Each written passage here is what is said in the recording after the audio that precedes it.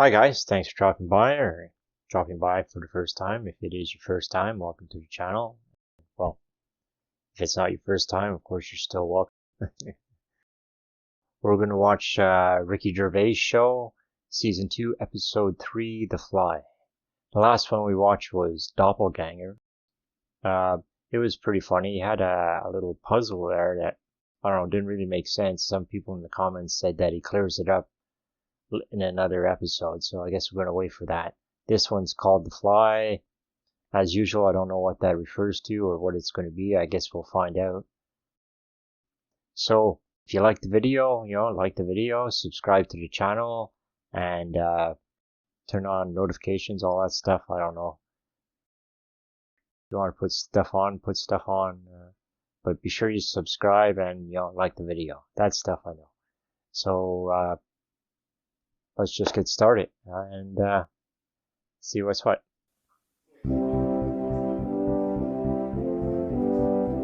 For the past few years, Ricky Gervais, Stephen Merchant, and Carl Pilkington have been meeting regularly for a series of pointless conversations. This is one of them. Testing. Is that all right? Hello and welcome to the Ricky Gervais Show with me, Ricky Gervais, Stephen Merchant. Hello. And the little round-headed buffoon that is Carl Pilkington. All right.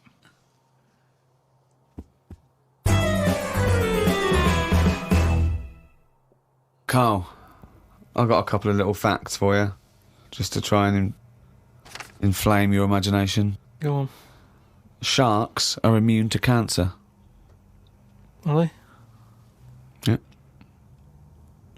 So what? How have they found that out? Well, I don't know, but I've never heard of any fish having cancer though. I haven't heard of a cod being ill. So why are we focusing on that one?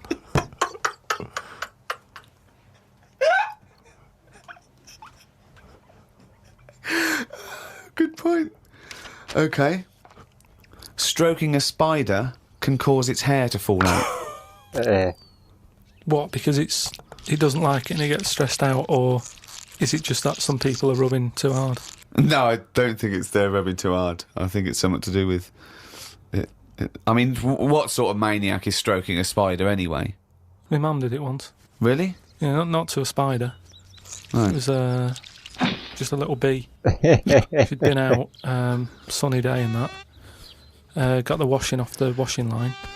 She was bringing it in. Little bee sat on the top of like the bed sheet or whatever it was. Yeah. And she's in the kitchen with it, and she goes, "Look at that little bee there." She started sort of stroking its head. It loved it. How did it make it clear that it loved it? Well, it wasn't struggling. It was just sat there like, because it must have been like a bit dozy. They get a bit dozy, don't they, in the heat and that. Mm. And it just stayed there on the sheet, and she sort of stroked its head for a bit, and she had to put it out. It didn't go out. It didn't try and escape. It was like, "You've had enough now." That was that. She sent it out. She loved all that. She loved little flies and stuff, and we had Harry the housefly. What? Harry the housefly. What do you mean? It's just a fly that always seems to knock about in one corner of the room. Right, it's the same fly, was it? Yeah, it was the same fly. Yeah. How do you know it was the same fly? So whenever she saw a fly, she went, "Oh, look, it's back."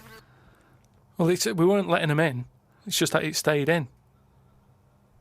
Carl, what makes you think it was a pet housefly as opposed to a different fly every day? Because it was always in the same place in the corner. But it could have been that something about that particular place that attracted flies rather than it was the same fly. Well, I'm never worried about it. It wasn't harming us. It just always hung about. But how do you know it was the same fly? How do you I don't recognise know. it? We weren't worried about it. It doesn't matter, does it? If like we're thinking another fly's getting a bit of free rent or something, just let it stay. I don't understand why. But why? No. Right, okay. You're in a house, right? There's flies, okay? Not flies, fly. What? Why do you think it was the same fly for all those years? Just because we haven't got loads of other flies. At no point was there a crossover period where there's two, and it's like, hang on a minute, he's trying it on here. That's what I mean. It was always just one on its own. And we just thought, leave it, it's all right. I don't know why are you suspicious? Why you always think someone's out to do you? No, I don't know why you assumed when you see a fly every now and again that it's exactly the same fly. It In just fact, was. it's Harry. The one in our house was the same one. How do you know? Well, all right, I don't, but at no point did I feel suspicious. Speaking of flies, though, and that, they've got one, right? I was out with Ricky, right, and he was reading the paper. There was a story there about a fly that its eyesight was bad or something, and they've made it a pair of glasses, and it had a picture of a housefly wearing.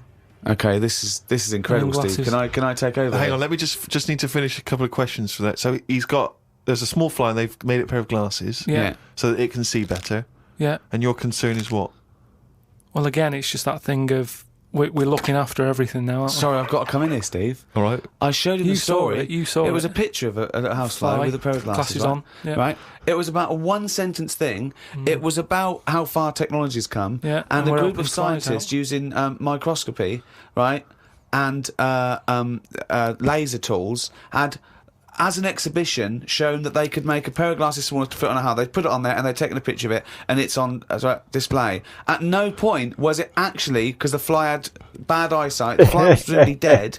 It was purely an art installation or a show of technology. I thought you were going to say, Rick, that you'd drawn the glasses on there. And they believed it, like, there's a bearded lady in this paper. No. My God, Tony Blair looks like Adolf Hitler. No. What do you think of that, though? But they did We're it as an helping flies experiment. Yeah, but all things start as an But experiment. why would they make a pair of glasses for a fly? How would they know he had bad eyesight? How would they know it was the same fly? bumping into stuff? I don't know. Bumping into stuff. It's just that thing, innit, of human nature is something's wrong with something, let's fix it. And they try and help people out all the time, don't they? When you know, we're always doing it.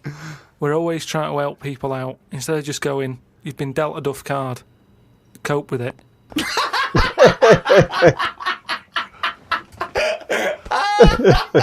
Came up with a good idea. We'll be the judge of that. I'll do it now. It's not a good idea. Okay. Okay. I'm sticking my neck out here. I think this isn't going to be a good idea. Okay. Thoughts? Well, I'm going to agree with you. I'm going to second that motion. Okay, let's see. Let's see if we're both right. See-through skin. High five, Rick.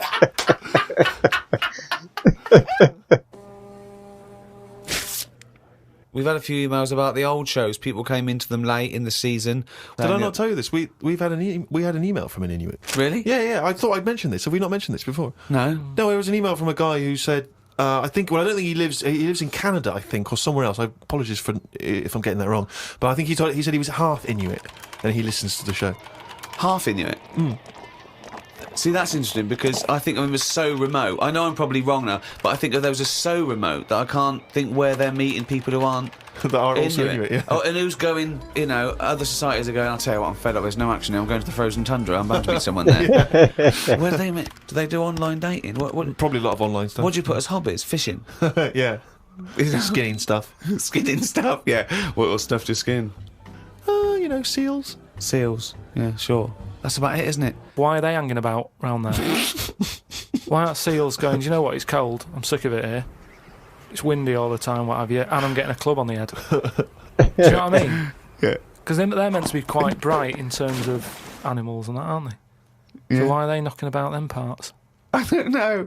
Say, like, if seals died out, right, would that be a problem? We've done We've this. been through this before, Carl. Everything has a knock-on effect. Even a seal, that's sort of in between something already. It's between a fish and a dog, isn't it? I knew you were going to say dog. It's not between a fish and a dog. What do you think evolution does? Fish I'll to never dog. understand it. Maybe we What shouldn't do you talk mean about it. it's between a fish and a dog? I'm just saying it's. It was a perfectly evolved mammal that re-entered the water, I imagine, and then got streamlined. And I mean, it's between a fish and a dog. But why not have one and the other? Why not have, like, you've got a dog, you've got a fish. No, it's not Anything in the between a middle. fish and a dog. It's not between a fish and a dog. I don't know what between means. I don't know what... This is it again about saving everything all the time. What is it doing? What's it doing? Everyone's feeling sorry for him all the time. Save the seal and all that. What's it doing? Why are we saving it? Let's just ask that question. What's it doing? I don't know what to say. say it's between a fish and a dog. Out of all the people in the world to have a chat with, do you know what's his face? That German doctor, Which one? The guy that displays the human body? Guns Traven or something. Oh right, yeah. Well, I don't. Is he a proper doctor? Because it's just that it's always. I mean, I could cut a body up. I never see him sort of put it back together. Is anyone keeping an eye on him? Sort of going, well, who is he actually? I'm sure he is a proper doctor. I mean, he doesn't answer everything. Like, he doesn't say, I don't understand why the intestines have to be that long. I don't know why it just can't go from the throat to the belly, exit, straight dark line down, out the arse. You must know. Well, no, because the way he dragged it out and it was like miles long. Yeah. Pointless. No, it's not pointless. Just have a straight. Do you know what I mean? Straight. What are you talking about? Again, the evolution sort of worked this out for us. It really works. I don't think you're going to improve on it. What I mean is that's probably that long because years ago they were eating dinosaur, and that might have took a lot of indigestion or something. I don't know how chewy it was. It might have been quite fatty, dinosaur meat, and it needs to go through all that. Now we're eating like yogurt. So I mean, we don't need anything that is doing that much work anymore. All the food is mashed up. Auntie Nora, right? All her food is mashed. Right? She doesn't have to chew anymore. She's got teeth, but she doesn't need them. And that's how. She's got teeth, but she don't need them. No, but that's how we're she moving could have her on. intestines removed then. Well, no, but this is that what would I'm sort saying. our other problem, wouldn't it? We're changing everything all the time, aren't we? I mean, there's some fella who was looking at it on the internet. Identical twins, right? They were sort of sick of looking like each other. So they were like, what can we do, right? And one of the twins said, you have my arm, right? And he had his arm taken off and stuck on his twin, so his twin's got like 3 arms. No, it's not true. It's on the website. No, it's not true. What, for a laugh? They were born so they did that for a laugh? What doctor's doing this then? Well, they're old enough to sort of say this is what we want. And No. Doctors don't go, well, if he wants another arm, and I'll take it. They don't. Doctors don't do that. What sort of practice is this doctor going around and go, Dr. Jekyll? I mean, Carl, think of what you're saying. But where would he have stopped? Can you put his head on my knee? It's up to you. Sign this. If you sign this, you can give my consent. But we, it isn't. What do you think these doctors are doing? Just to do as they're told. They don't do as they're told. They do if someone wants it. And twins, sort of, it can get you down, can't it? Being a twin, because it's like... Sorry, what would this solve, though? I thought you said he gave one of them a bigger nose or a beard or 2 front teeth to make him look different, right? Not... I'll tell you what we could do. Go on. Would you like 1 arm? Go on, what are you thinking? Well, me 3, you 1, therefore not twins. Novelty. I mean, you are a mental man. But they can do it now, can't they? There's no sort of... There's no line drawn anymore. They don't go, you're crazy, we're not going to do that. Yeah, in Saw 2, not in the real world. No, they don't do things like all this. Right, there's another bloke, right? I don't know the sort of full ins and outs of it. Go on, you surprise me. But what he asked for, something happened to his tackle, right? Mm-hmm. It's penis. Yeah, right. So he was at the doctor's and they were like, oh, what can you do for me? It's a bit embarrassing, I've got nothing down there, right? So they were like looking at it going, yeah. Doctor, I don't know if he started like rubbing his chin with his finger or something. Looked down, he's thinking, got an idea. You've got a lot of fingers, how many of them do you use? The patient's like, yeah, I see what you're thinking.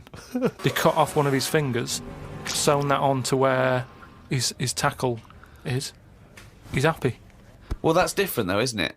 Well, that's where they've really taken tissue. I know, but I assume they fashioned it into more of a knob than a finger. If you were doing that, use a sausage. I mean, why lose a finger? Well, I'll tell you why. Because your finger has your tissue, your blood type, and therefore would graft near your testicles. A sausage is a thing that's made by a butcher out of offal, okay, that really can't be grafted onto any part of the human body. That's why they very rarely use any meat products in surgery. I know, yeah. Yes. Well, I mean, why not use a sausage? You're a mental case.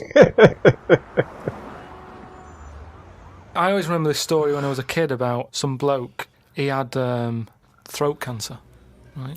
And his doctor said, carry on with your life, right? It's not going to be that good, but just carry on. But don't eat meat. And he was like, I love meat.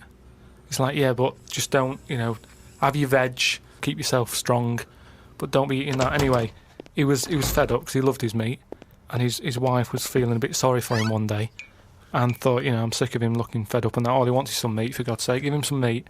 So she goes to the butcher's, gets him a big piece of, steak and what have you.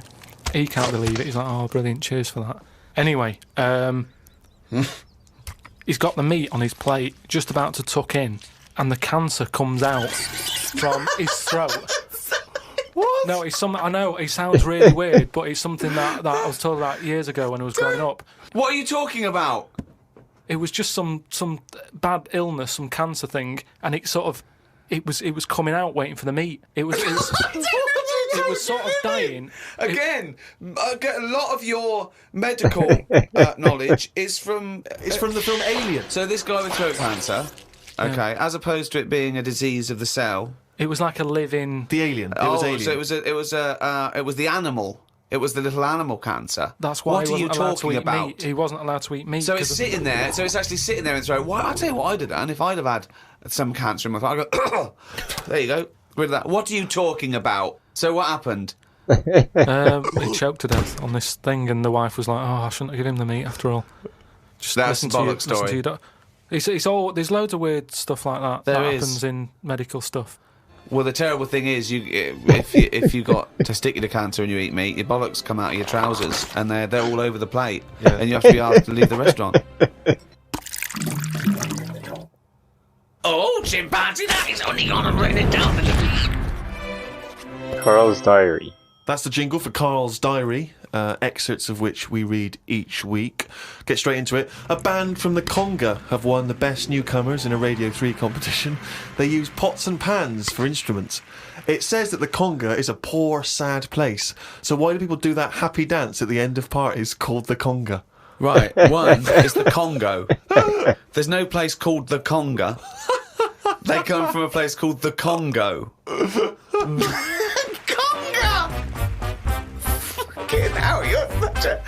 Met Suzanne at Euston Station. I said I would sort out the tea tonight, so I called the curry house. The fella couldn't understand me. I asked for 2 poppadoms. He kept saying, how many? I kept saying 2. He still couldn't understand. I said 1 more than 1. He understood. When we picked up the food and took it home, there were 5 poppadoms in the bag.